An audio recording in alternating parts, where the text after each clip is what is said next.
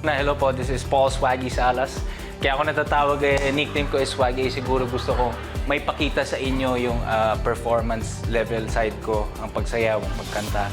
But right now, nandito sa Stars on the Floor, ito ay ang aking pagsayaw. Onting background lang para po makilala niyo ako. Nagsimula po ako bilang Starstruck Kids dito sa GMA when I was around 6-7 years old, if I'm not mistaken. At yun po mahilig na din talaga akong sumayaw. Pinang-audition ko yung mga sayaw ng aking tatay na member po dati ng Universal Motion Dancers, which is yan ang mga OGs na 90s dancers na tinatawag natin. Siguro nung, eto na, magiging open ako sa inyo. Siguro nung medyo tayo ay naging single na Broken Heart, parang sabi ko, bakit kaya hindi ako bumawi sa dating Paul Salas?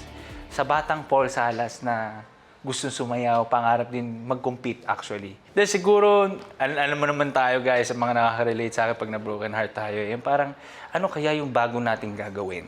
Or siguro yung mga dati nating ginagawa na hindi na natin nagawa because of our love. Yung parang ganon.